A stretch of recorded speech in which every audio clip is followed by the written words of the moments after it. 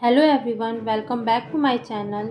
और आज का वीडियो स्टोरी बेस्ड है। आज मैं आप सभी को रक्षाबंधन की कहानी सुनाऊंगी और साथ में ही मोर पंख के थ्रू आप कैसे राखी तैयार कर सकते हैं ये भी बताऊंगी। धार्मिक कथाओं के अनुसार एक बार राजा बलि स्वर्ग को पाने के लिए तपस्या कर रहे थे और साथ में ही उन्होंने अश्वमेध यज्ञ का कार्यक्रम भी करवाया। दूसरी तरफ दूसरे राजा और देवतागण देख के यह बहुत दुखी थे। वह सोच रहे थे कहीं ये स्वर्ग राजा बलि को न मिल पाए। इसी भय के कारण वो भगवान विष्णु के पास जा पहुँचे। भगवान विष्णु के पास पहुंचकर देवतागण और राजागण उनसे मदद की गुहार लगाने लगे। बोले, हे परमेश्वर हमारी मदद कीजिए, हे जगत के पालनहार हमारी मदद कीजिए। फिर भगवान विष्णु ने अपनी आंखें खोली और फिर पूछा, क्या बात है इंद्रदेव, क्या बात है सभी राजागण, क्या बात है।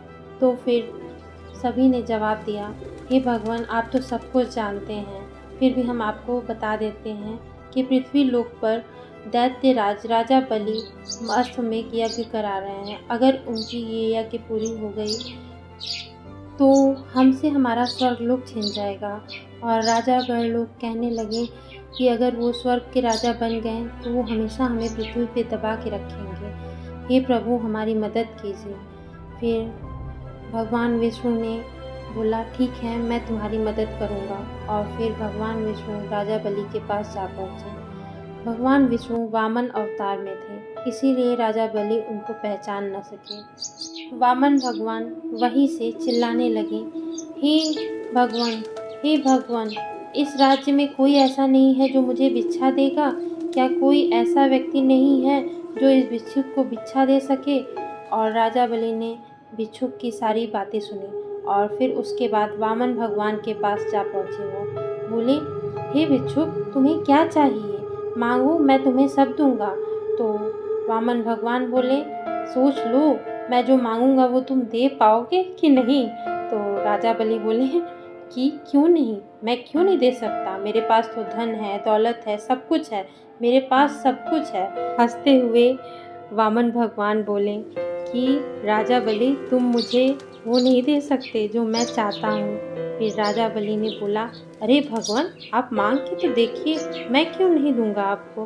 फिर वामन भगवान हंसने लगे, अरे तुम दे ही नहीं सकते मुझे मैं जो मांगूंगा।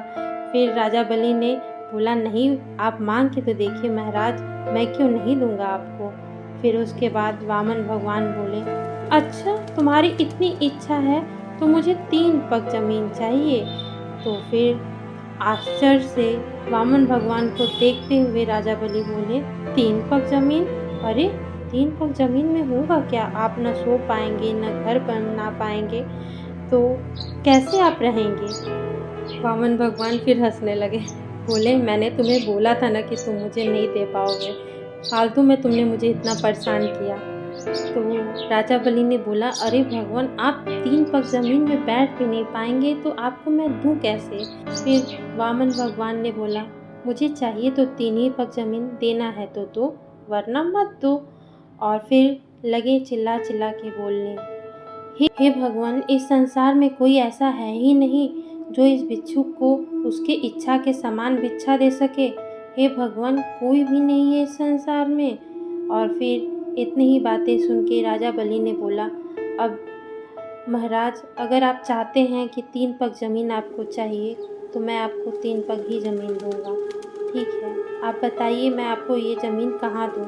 फिर उसके बाद इतनी ही बात सुनते ही वामन भगवान ने अपने शरीर का आकार बढ़ाने लगे और देखते ही देखते वो इतने ऊंचे हो गए कि राजा बलि को लेट के देखना पड़ा। फिर वामन भगवान ने एक पग में पूरा स्वर्गलोक नाप लिया, दूसरे पग में पृथ्वी लोक नाप ली और तीसरे पग के लिए वो खड़े हो गए और राजा बलि से बोले, हे राजा बलि आपको 3 पग जमीन बहुत कम लग रही थी ना, पर बताइए मेरे 2 ही पग हुए और सब कुछ खत्म हो गया, अब तीसरा पग मैं रखूँ तो रखूँ कहाँ। और फिर उसके बाद राजा बलि सोचने लगे। दैत्यराज बलि बोले, हे महाराज तीसरा पग आप मेरे सर पे रख दीजिए। और फिर वामन भगवान ने तीसरा पग उनके सर पे रख दिया और फिर अपने असली रूप में आ गए। और दैत्यराज बलि भगवान विष्णु को देख के बहुत खुश हुए और भगवान विष्णु ने बोला, हे दैत्यराज बलि, मैं आपसे बहुत प्रसन्न हूँ, वरदान मांगिए। फिर दैत्यराज बलि ने बोला, हे भगवान विष्णु, आपको देख के मैं धन्य हो गया और अगर आप मुझे वरदान देना चाहते हैं तो मुझे एक ही वरदान चाहिए। मैं चाहता हूँ आप सदैव मेरे रक्षक बन के मेरे साथ रहें और मेरे मुख्य द्वार पे विराजमान हों।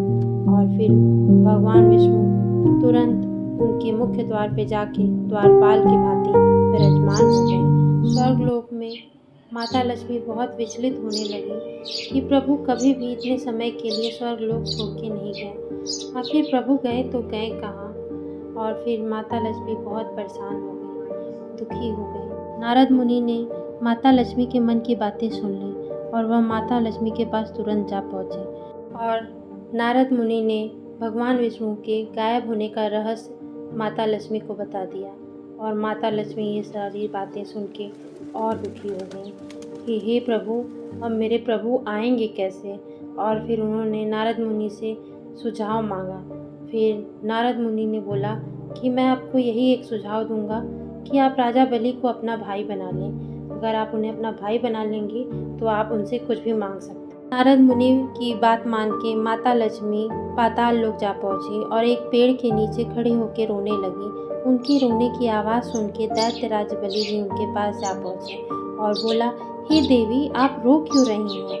माता लक्ष्मी ने कुछ नहीं बोला। फिर दैत्यराज बलि ने बोला, हे देवी, आप रो क्यों रही हैं? फिर माता लक्ष्मी ने बोला कि हे महाराज, मेरा कोई भाई नहीं है, इसलिए मैं रो रही हूँ। मेरा इस जीवन में कोई भी मेरा अपना नहीं है, इसलिए मैं रो रही हूँ। फिर दैत्यराज बलि ने उनकी सारी बातें समझी और फिर बोला, हे देवी, आप मुझे अपना धर्म भाई बना लें। माता लक्ष्मी खुश हो गई और उन्होंने दैत्यराज बलि की कलाइयों पे राखी बांध दी।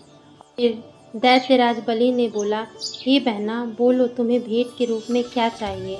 तुम जो मांगोगी मैं तुम्हें वो दूंगा। और फिर उसके बाद माता लक्ष्मी अपने स्वरूप में वापस आ गई और माता लक्ष्मी को देखते ही दैत्यराज बलि ने उन्हें प्रणाम किया और बोला, हे माता, अब आप मेरी बहन हैं, आप बताइए आपको क्या चाहिए? आप जो मांगेंगी मैं आपको वो दूंगा। और फिर माता लक्ष्मी आंखों में आंसू लिए बोली, हे मेरे भाई, अगर आप मुझे भेंट में कुछ देना ही चाहते हैं तो आप मेरे प्रभु को वापस दे दीजिए और कृपया करके उन्हें स्वर्गलोक में जाने की आज्ञा दे दीजिए। फिर राजा बलि ने बोला, अरे बहन, आप ये क्या बोल रही हैं? मेरे जीवन पे पूरा हक है आपका। मैं अभी भगवान विष्णु को अपने वरदान से मुक्त करता हूँ। और फिर राजा बलि ने भगवान विष्णु को अपने वरदान से मुक्त किया और फिर भगवान विष्णु स्वर्गलोक जा पहुँचे। और तभी से रक्षाबंधन का पर्व मनाया जाता है। अगर आपको मेरा वीडियो अच्छा लगा हो तो प्लीज़ मेरे चैनल को ज़रूर सब्सक्राइब कीजिए, मेरे वीडियो को लाइक कीजिए और कमेंट भी कीजिए। आपका दिन शुभ हो। बाय बाय और रक्षाबंधन मुबारक हो।